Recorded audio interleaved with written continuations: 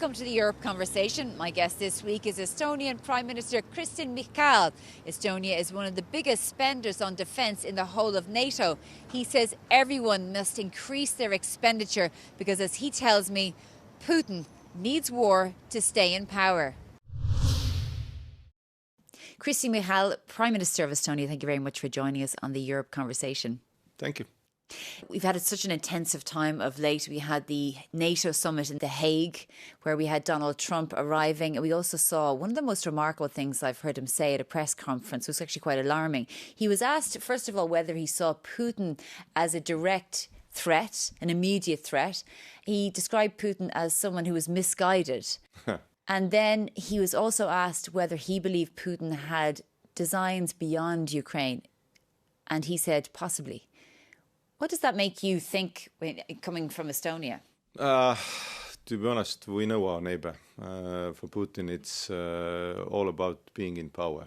To be honest, that Putin needs conflict like fish needs water, because if you don't have a conflict, then probably people in Russia will be asking, where is my son, where is my husband, where are my assets, and so on. So to keep everybody under the lead, keep people quiet, keep the regime in power, Putin needs this kind of conflict. So that's why we understand that until the regime and Putin changes his goals, until then Russia is acute threat to Europe, to NATO, to all the civilized world. Do you think it is possible then that Putin could try some sort of territorial conquest in Estonia or the other Baltics? I would say that we should not be afraid of it because we are prepared. That is a Finnish saying, I'm quoting it often, that next year Estonia will have defense expenditure 5.4% of GDP.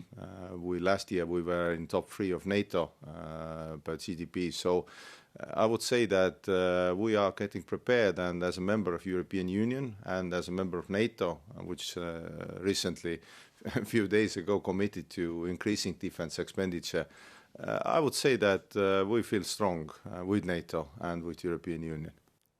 Because there was Donald Trump on his way over on Air Force One when he came to that summit in The Hague, casting doubt over Article 5, saying he'd explain more when he got there. Now, when he arrived, he did give assurances that America was committed to Article 5, but there's always a sort of a haze around it, and there's a question as to whether in the moment, if there was some sort of territorial conquest by Putin, whether the United States and NATO as a whole would vote to trigger Article 5.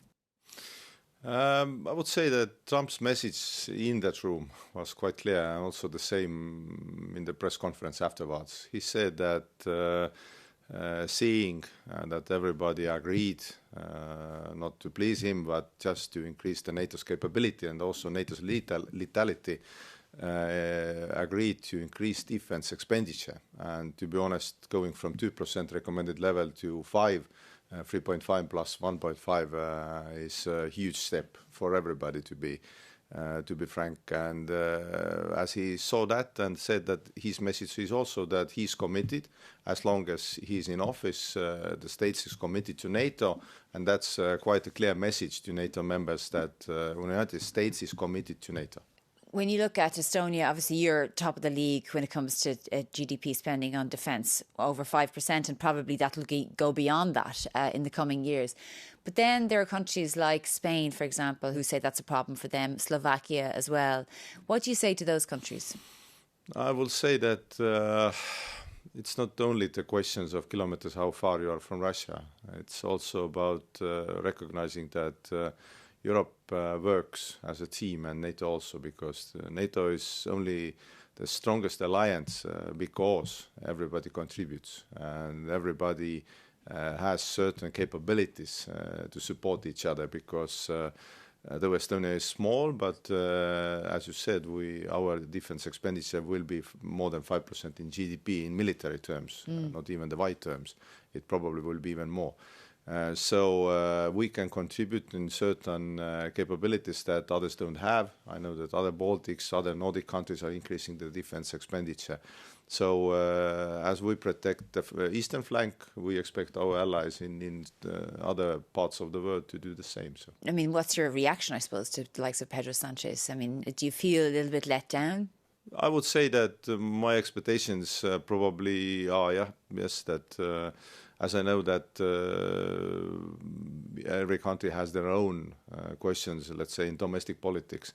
But to be honest, in NATO's declaration, I also asked the Secretary General Mark Rutte that do we have some kind of exemptions for Spain. He said that no, there are no exceptions in the exemptions. So I would say that Pedro Sanchez will also have to elaborate himself that how he will fulfill the NATO criteria. Are you worried about any sort of malaise occurring within Europe, within NATO, those countries that from a demographic point of view, that people will say, well, hold on a minute, I don't want to see all this money going towards Ukraine and defence. I want to see more investment in education, social healthcare, housing. This kind of messages are always there, to be honest, because it doesn't even depend on which area you're spending, because to be honest, some people are saying you should not spend so much money on roads or something. There are always these kind of messages, no question about it. But I would say that Swedish Prime Minister Ulf Kristersson put it very nicely that yes, we need a welfare state, but welfare state also needs protection. So if you want to have a free and prosperous area, which Europe is, most free and most prosperous area, then you need to protect also, and you need the capabilities and not only a phone call to your big friends. So I would say that increasing investments in defense is also increase of security in a very prosperous area to keep it free as it is. I mean, how do you explain that to your voters when they see the defence industry making an absolute killing? I mean, they're endless profits when people can't afford various things, various basic things, and they don't see an end to all of this. I mean, how do you speak to your voters about it? And also, what does Estonia do? Do you cut spending? Are you borrowing? Yeah, we do both. We cut spending, we are borrowing, and we also raise taxes. To be honest, this not everything in that order are not very so popular in Estonia, to be honest, but where would it be? So nobody likes the taxes and nobody likes the cuts in public budget, but you have to do what you have to do to increase defense spending. But yeah, but to explain it to people, I would say that it's probably quite simple, but because we are doing it for ourselves, for our kids, for our neighborhood, for our countries, not to anybody else. And also in Estonia and probably all over the Europe, it's the same scenario that defense industry right now is booming and going up. And I would say that it's also an addition to our economy, because it's, yeah, for bad reasons, but it's quite innovative. In Estonia, we have almost already 200 companies going into defense. And one of the things, I suppose, one of the priorities or the points of Vladimir Putin's territorial conquest is to re-establish the Russian sphere of influence across, especially the Baltics, Europe and so on.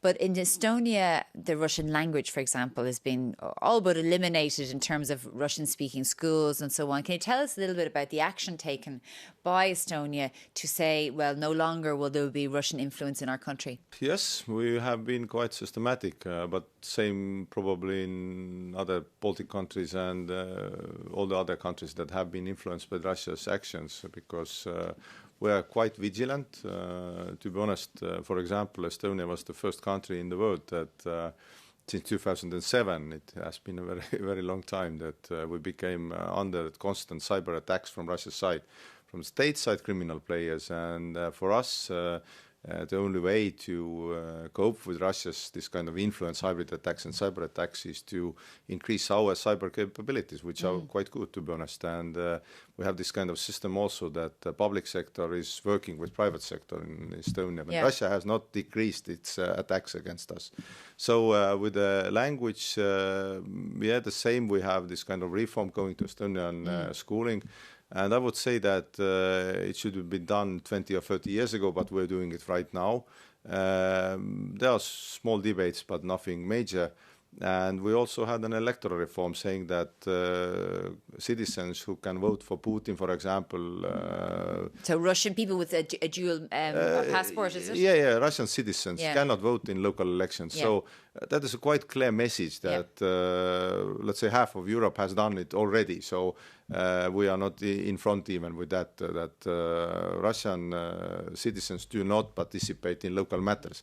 If you want to participate in local matters, it's quite obvious you should be a citizen of that state. Just final question.